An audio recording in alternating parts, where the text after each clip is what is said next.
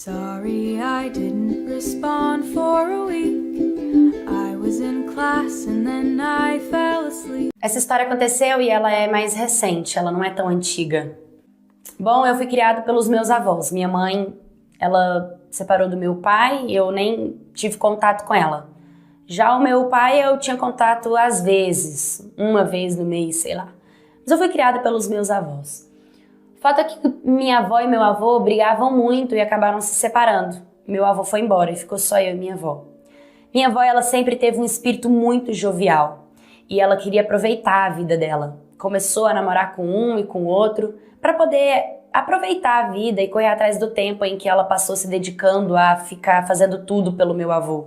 O primeiro namorado da vovó me tratava como uma filha. Ele fazia de tudo para mim. E era incrível o nosso relacionamento. Eu gostava muito dele. Eu praticamente tinha ele como um pai para mim. Mas não durou muito tempo. Eles logo se separaram. E não demorou muito também para minha avó assumir o outro relacionamento. Só que dessa vez com um cara bem mais jovem do que ela. Nessa época eu tinha 7 aninhos e ele tinha uns 30. Ele era legal. Ele me dava chocolate, as coisinhas, mas eu não gostava dele. E a gente vivia brigando. E claro que com o passar do tempo, essas brigas foram se tornando mais constantes. Então a gente não dava certo. Mas eu respeitava ele por ele ser o namorado da minha avó. O tempo foi passando e eu fui me acostumando com ele. Ele sempre estava dentro da nossa casa. Ele praticamente morava com a gente. E eu fui me adaptando àquele relacionamento deles. Eu fui crescendo. O tempo foi passando. Quando eu fiz 14 anos de idade, eu já tinha menstruado, eu já estava bonita, com peitão, quadril, com bunda, sabe? E assim, a cabeça mais esperta também. Eu lembro que eu estava com uma cólica terrível, eu estava deitada na minha cama quando a minha avó perguntou se eu ia querer viajar para o interior com ela para visitar a minha tia, irmã da minha avó. Só que como era no interior do Pará, era muito longe da nossa casa. E a gente ia ter que ficar 3 dias viajando dentro do ônibus. Eu falei, nossa, vó, vai a senhora e eu fico aqui. Eu já tava moça, como sempre fui eu e ela, então eu já sabia lavar, passar, cozinhar e cuidar de mim mesma. Minha avó também confiava em me deixar sozinha. Então ela foi. Quando a minha avó saiu, passou umas 2 horas mais ou menos que ela tinha saído de casa, tocaram no portão. Eu abri, era o namorado da vovó. E aí ele pegou e perguntou se a minha avó já tinha saído. E eu falei que sim. Ele falou, poxa, queria falar com ela. Mas beleza, eu falei, entra, né? Como eu já estava extremamente adaptada com ele, 7 anos do relacionamento dos dois, eu convidei ele para entrar, ele entrou. Ele ficou ali sentado no sofá assistindo televisão e eu fiquei fazendo as minhas coisas. Foi ficando tarde, foi ficando escuro, quando ele disse que não tinha como voltar para casa porque ele estava sem dinheiro e que dormiria lá. Eu falei, tá bom. Ele foi pro quarto da minha avó e eu fui pro meu quarto. Eu estava dormindo, quando no meio da minha avó e eu fui pro meu quarto. Eu estava dormindo, quando no meio da noite ele bateu na minha porta. Eu perguntei pra ele o que ele queria, ele disse que queria conversar comigo. Eu olhei no relógio, vi que era 2 da manhã e falei pra ele, nossa, mas agora? Ele disse, sim, agora. Eu falei, tá bom, a gente se encontrando na área. Ele falou, não, eu quero conversar aqui no quarto. É claro que eu me assustei, porque uma pessoa não poder esperar no outro dia pra gente conversar e querer conversar comigo dentro do meu quarto, e foi quando ele me surpreendeu, porque como ele era policial, ele levantou a camiseta e ele estava armado. Eu fiquei olhando assim pra ele e ele começou a falar que era pra fazer o que ele quisesse. E naquele momento eu simplesmente comecei a gritar. Eu não tive medo dele na hora, sabe? Só que lá na casa da minha avó eram casas mais afastadas, então de certa forma ninguém me ouviu. Foi quando ele pegou a arma, ele engatilhou, ele apontou pra mim e falou, a próximo pio que você der eu te mato. A única coisa que eu quero ouvir agora de sua voz é você gemendo de prazer. E aquilo foi me dando muita raiva, sabe? E aí naquele momento ele começou a fazer comigo o que ele queria, né? E aí ele começou a me apertar, ele tirou minha roupa, e ele me arranhava, ele me machucou com as unhas dele, com a mão, ele me puxou, ele me jogou no chão, ele me apertou. E simplesmente ele começou a consumir mesmo o fato, ele me estuprou.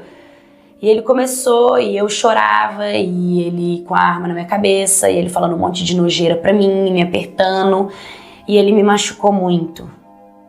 Ele me machucou muito, sabe? Ele me deixou muito machucada. E depois que ele terminou, ele foi, colocou a arma em mim e mandou ir pro chuveiro. E no banho, ele ficava me dando banho, sabe? Passando a mão no meu corpo, esfregando o meu corpo como se eu fosse uma criança e ele estivesse me dando banho. E ele estava se sentindo muito bem, muito prazer em fazer isso, né? E eu chorava muito. E depois disso, o dia amanheceu, a minha avó me ligou e ele com a arma ainda apontada para mim, começou a falar para eu falar para minha avó que estava tudo bem, para ela não se preocupar. E eu tive que falar para ela que estava tudo bem, mesmo com a minha voz trêmula, mesmo eu com medo e a minha avó sentindo que tinha alguma coisa. Eu falei para ela não se preocupar. E eu tava com muito medo, porque eu não tinha para onde correr, eu não tinha o que fazer. E assim foi o meu final de semana. Ele mandava eu colocar roupa curta, roupa decotada, eu ir pra cozinha, eu fazer comida pra ele, eu fazer as coisas pra ele, tudo à base de ameaça. No domingo, que era pra minha avó voltar, ela me ligou falando que não tinha ônibus, que só na segunda-feira ela conseguiria sair de lá. Então eu sabia que seria mais uma noite de muito tormento. E nisso, ele fez o que ele quis de mim, sabe? Nessa altura. E nisso, ele fez o que ele quis de mim, sabe? Nessa altura eu tava toda machucada. Tava custando andar, minhas pernas estavam doendo, eu tava toda arranhada, eu tava roxa, sabe? Meu cabelo tava todo bagunçado, eu tava toda acabada mesmo, sabe? E ele tava fazendo de mim uma diversão mesmo. E eu não tava mais aguentando passar por aquilo, tava muito sufocada. Como eu disse pra vocês, né? O meu pai, ele também era policial. Só que eu custava ver o meu pai. Meu pai, eu via uma vez no mês e eu ia lá. E naquele dia, ele tava fazendo ronda pelo bairro da minha avó. E o meu padrasto, no caso, o namorado da minha avó, ele tava tomando banho, né? E eu tava deitada na cama. Quando bateram no portão e o meu pai entrou. E quando meu pai entrou dentro de casa, a única coisa que eu consegui gritar foi: pai, ele tá armado, ele abusou de mim e ele falou que vai me matar. Ele tá no banheiro. E naquele momento que o meu pai me viu, eu tava completamente seminua, sabe? Eu tava toda acabada. Meu pai arrombou a porta do banheiro e já pegou ele, já prendeu ele, já ligou pros amigos policiais dele, ele foi preso. A gente foi levado pra delegacia. Eu, claro, tive que depor contra ele, aí fui fazer exames, eu vi que realmente estava toda machucada, eu tava com sêmen, eu tava suja, realmente eu fui estuprada, sabe? Eu tive que passar por vários problemas e vários exames e consulta de psicólogo. Minha avó ficou se sentindo muito culpada, é claro, ela ficou do meu lado, ela me apoiou, ela acreditou em mim, ela ficou se sentindo mal por ter me deixado sozinha em casa com ele, nunca imaginou que poderia fazer isso. E o meu pai disse que ele, o meu padrasto, no caso, ele estava afastado da polícia, já tinha um mês, porque tinha cometido alguma coisa que ele não pôde falar o que era, né? Então, se o meu padrasto estava armado, ou ele tinha aquela arma guardada, ou ele conseguiu com o traficante, eu não sei. Só sei que ele não tinha contado pra minha avó que ele estava afastado da polícia porque ele tinha feito alguma coisa. Eu fiquei muito abalada com tudo, né? E o pior de tudo é que eu descobri que estava grávida, né? E é claro que eu quis abortar o fruto de um estupro, mas a minha avó não deixou. Ela, como uma boa católica, ela quis assumir, assim, que eu assumisse a criança, que eu ficasse com ela e que eu tivesse essa criança, que essa criança ia ser bom pra mim, sabe? Eu tive o meu filho. Bom, hoje eu tenho 17 anos de idade, eu ainda não sou maior de idade, eu ainda tô prestes a fazer 18. Eu tive o meu neném, mas eu penso em não mentir pra ele, eu vou falar pra ele a verdade, que ele foi fruto de um estupro. Eu não moro mais com a minha avó, hoje eu moro com meu pai. Eu sou muito grata por meu pai ter conseguido chegar por mais... O dia em que eu fiquei com a minha melhor amiga. Pra contextualizar, eu sou amiga dessa menina desde os meus 5 anos, então faz muito tempo que a gente se conhece. E eu sempre considerei ela parte da minha família. Então, esse ano, quando eu me assumi bissexual, eu me assumi pra toda a minha família e pra ela também. Só que ela sempre foi muito fechada pra essas coisas, então quando eu me assumi, eu não tive a oportunidade de realmente conversar com ela sobre isso. Depois de um tempo, ela começou a namorar com um garoto e eu não gostava muito dele. Mas eu sempre aturei, sempre tratei com educação, porque eu sabia que ele fazia ela feliz. E depois de um tempo de namoro, eles decidiram que iriam morar juntos. E eu achei isso bem estranho, porque ela só tinha 17 anos.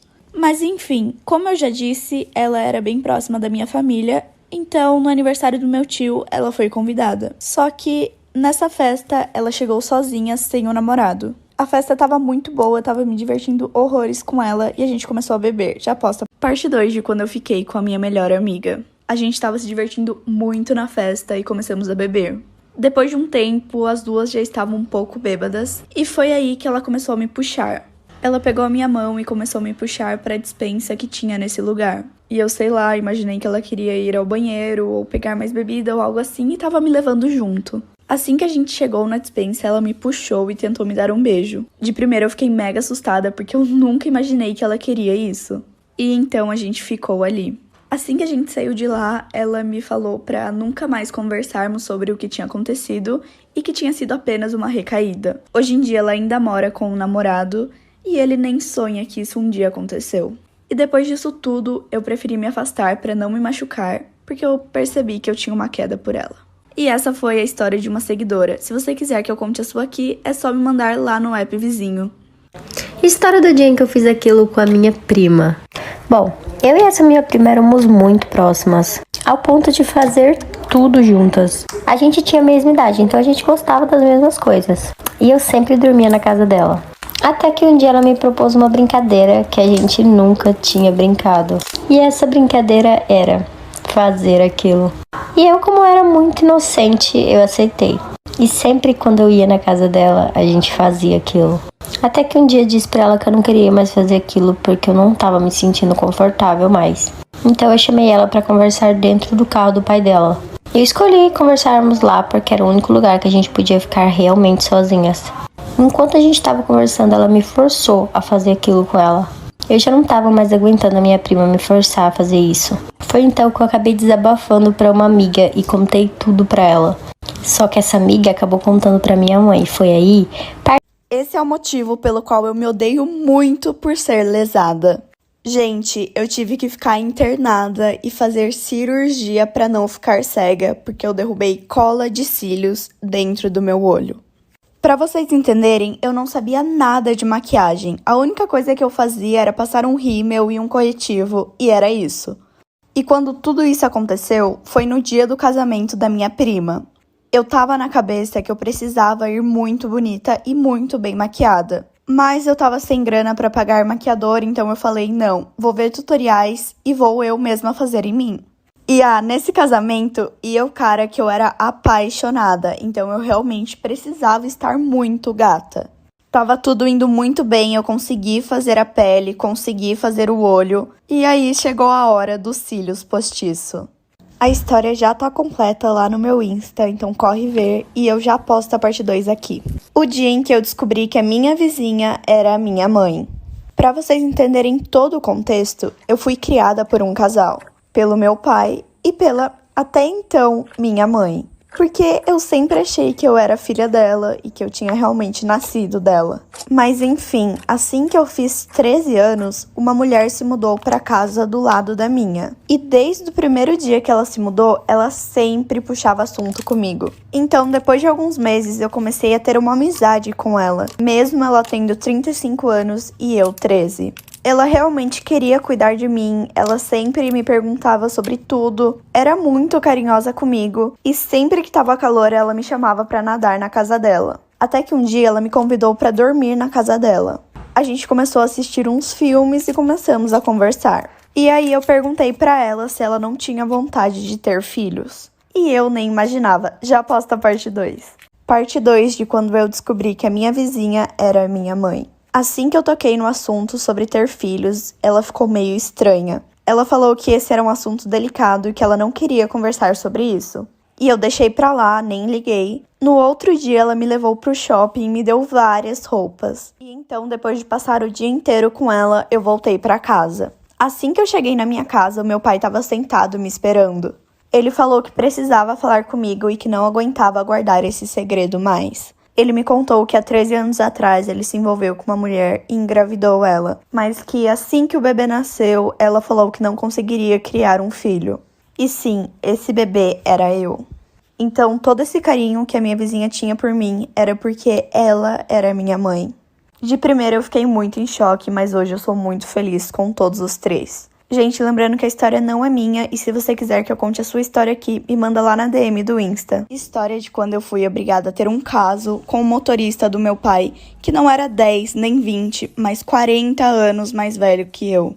Pra vocês entenderem como tudo aconteceu, desde muito pequeno eu sempre fiz tudo escondido dos meus pais. Só que esse tal motorista sempre esteve presente na minha vida, porque ele sempre me levava em todos os lugares. E, consequentemente, às vezes ele via eu fazendo algumas coisas erradas. Mas aí eu percebi que ele nunca abria a boca e nunca falava de nada pra ninguém. E aí eu comecei a confiar nele e nem ligava mais. Eu pedia pra ele me levar até no motel, pra vocês terem noção. Mas em um dia específico, eu já tava com 20 anos, ele foi me buscar na faculdade. E assim que eu entrei no carro, ele tava fazendo um caminho completamente diferente do caminho que seria pra minha casa. Mas como eu disse pra vocês, eu confiava nele, então eu fiquei mexendo no celular e nem liguei muito. Até que o pior aconteceu. Eu já posto a parte 2 e leio uma legenda. Parte 2 de quando eu fui obrigada a ter um caso com um homem que era 40 anos mais velho que eu. Enfim, como eu confiava nele, eu nem perguntei sobre o caminho, mas aí do nada ele parou o carro e começou a me ameaçar. Ele falou que se eu não beijasse ele naquele momento, ele iria contar tudo o que eu fiz pros meus pais. E, gente, se os meus pais sonhassem com 1% das coisas que eu fazia, a minha vida acabava. É sério, eu nem tô exagerando. Os meus pais eram muito rigorosos. Então, pra continuar tendo uma relação boa com os meus pais, eu aceitei dar uns beijos no motorista. E eu pensei que eu só iria dar um beijo nele e a minha vida estaria salva. Mas não, até hoje eu me encontro com ele e a gente fica às vezes. E é óbvio que ninguém sabe disso, meu pai nem imagina. Até porque hoje eu tenho 22 anos e o motorista tem 64. Mas hoje em dia eu gosto muito de ficar com ele e até tenho alguns sentimentos por ele. Leiam a legenda.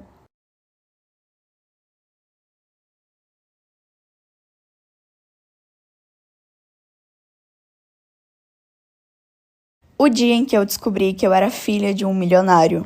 Para vocês entenderem toda a história, a minha família sempre foi muito humilde. Desde pequena eu cresci com vários irmãos e eu sempre tive que cuidar deles. Assim que eu fiz 15 anos, eu comecei a trabalhar para ajudar os meus pais. E eu sempre fui muito grata pela minha família e pela vida que eu tinha. Mesmo tendo vários problemas financeiros, a gente tinha muito e muito amor. Em um dia aleatório, eu e minha irmã mais velha decidimos fazer uma surpresa para minha mãe. Lá em casa tinha um quarto que era muita bagunça. E fazia muita falta esse quarto porque todos nós dormíamos juntos. Então eu e minha irmã decidimos limpar todo esse quarto para poder fazer um quarto para os meus pais.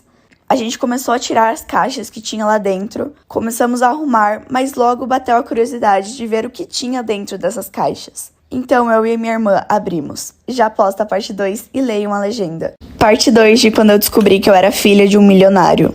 Então eu e minha irmã começamos a abrir as caixas. E em uma delas estava a certidão de nascimento de todos os meus irmãos. E aí eu lembro que a minha irmã fez até uma piadinha falando: nossa, eu nem sei a idade de todo mundo, vamos ver.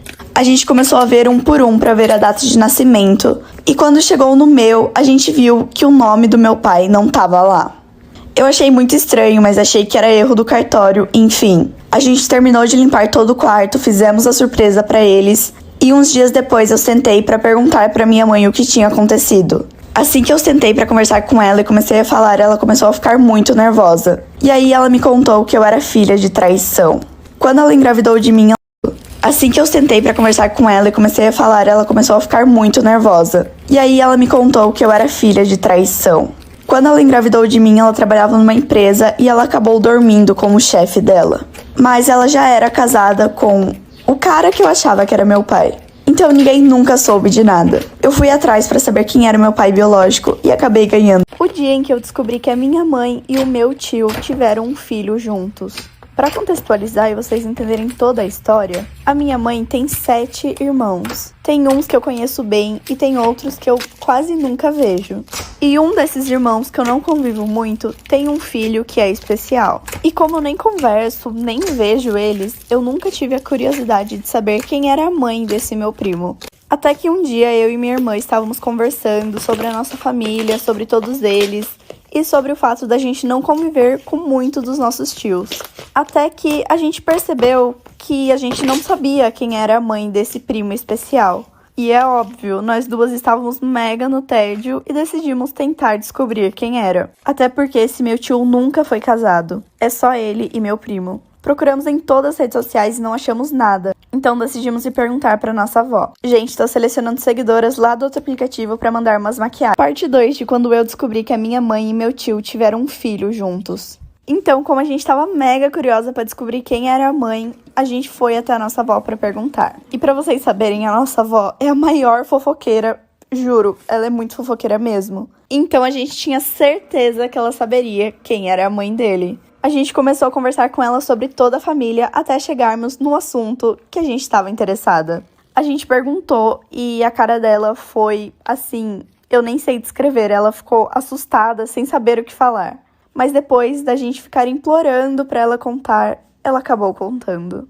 Ela explicou meio por cima e pediu pra gente conversar com a nossa mãe pra ela contar a verdade.